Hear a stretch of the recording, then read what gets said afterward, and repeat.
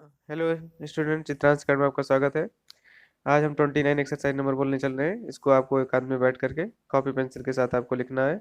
और अगर आपने इसकी प्रैक्टिस 4-5 बार कर ली है तो आपको लिखने में बहुत ही आसानी होगी। मैंने बताया है कि अगर आपको जो है डिक्टेशन लिखनी होती है तो उसके पहले आप प्रैक्टिस कर लिया करिए, जिससे कि आपको बाद में आउटलाइन बनाने में प्रॉब्लम ना हो। और अगर कोई आउटलाइन आपको नहीं बना पाते हैं या प्रॉब्लम होती है तो उसको कमेंट बॉक्स में कमेंट करके जरूर पूछें। तो चलिए लिखते हैं। Ready, start. मित्र, नागरिकों, बहनों, भाइयों और भारत के प्यारे बच्चों, गणतंत्र दिवस की पूर्व संध्या पर आपका हार्दिक अभिनंदन करते हुए और शुभकामनाएं देते हुए मुझे अत्यंत प्रसन्नता हो रही है। मैं आप लोगों के कल्याण, सफलता और सुख की कामना करता हूँ। मैं प्रार्थना करता हूँ कि भारत निरंतर सुदृढ़ होकर आगे बढ़े।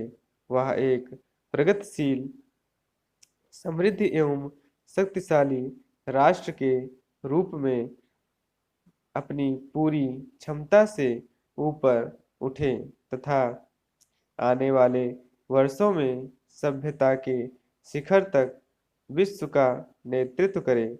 सचमुच यह हमारे स्वतंत्रता संघर्ष के महान नेताओं का सपना था और परिकल्पना थी।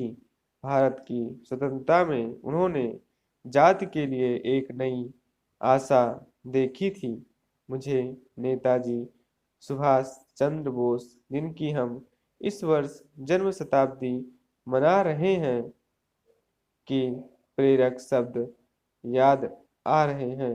आजाद हिंद रेडियो पर अपने प्रसारण में 19 फरवरी 1942 को नेताजी ने कहा था, हिंदुस्तान की मुक्ति से एशिया तथा विश्व मानव के उद्धार के बड़े लक्ष्य की ओर बढ़ेंगे। दोस्तों, भारत की स्वतंत्रता के लगभग 50 वर्ष हो रहे हैं। भारत, जिसका इतिहास हजारों वर्षों में फैला हुआ है, उसके नागरिकों को यह 50 वर्ष का समय शायद अधिक न लगे, फिर भी यह समय हमारे लिए विशेष है, क्योंकि इस अवधि में हमारे प्राचीन राष्ट्र ने स्वयं को पुनर्जीवित किया है, पुनर्निर्मित किया है, जीवन की लोकतांत्रिक पद्धति के सारत्व की पुनर्खोज की है तथा उसे आत्मसात किया है। परिवर्तन की इस प्रक्रिया में हमें हमारे राष्ट्रीय जीवन में उन मूल्यों, सिद्धांतों और आदर्शों को पुनः स्थापित करना है जो मानवतावादी विचारों की विश्व विरासत के प्रति हमारा अपना योगदान रहा है। ये उदात्त चिंतन हमारे राष्ट्र को महान बनाते हैं। जब भी भारत अपने आदर्शों से हटा है, हमारे इतिहास में अंधकार का कल आया है। समानता, एकता, मित्रता एवं सहयोग का दृष्टिकोण राष्ट्र के प्रति कर्तव्य एवं उत्तरदायित्व का बोध, सत्यनिष्ठा एवं निस्वार्थ चिंतन और सेवा की भावना, इन सभी नैतिक एवं चारित्रिक मूल्यों को हमारे राष्ट्रीय जीवन में घुल मिलकर पूरी तरह व्याप्त हो जाना चाहिए। हमारे संविधान राजनैतिक एवं प्रशासनिक कार्यों की व्यापक, संवेदनशील एवं अतः संबंधित प्रणाली के सफलतापूर्वक संचालन के लिए दृढ़ प्रतिबद्धता अत्यावश्यक है।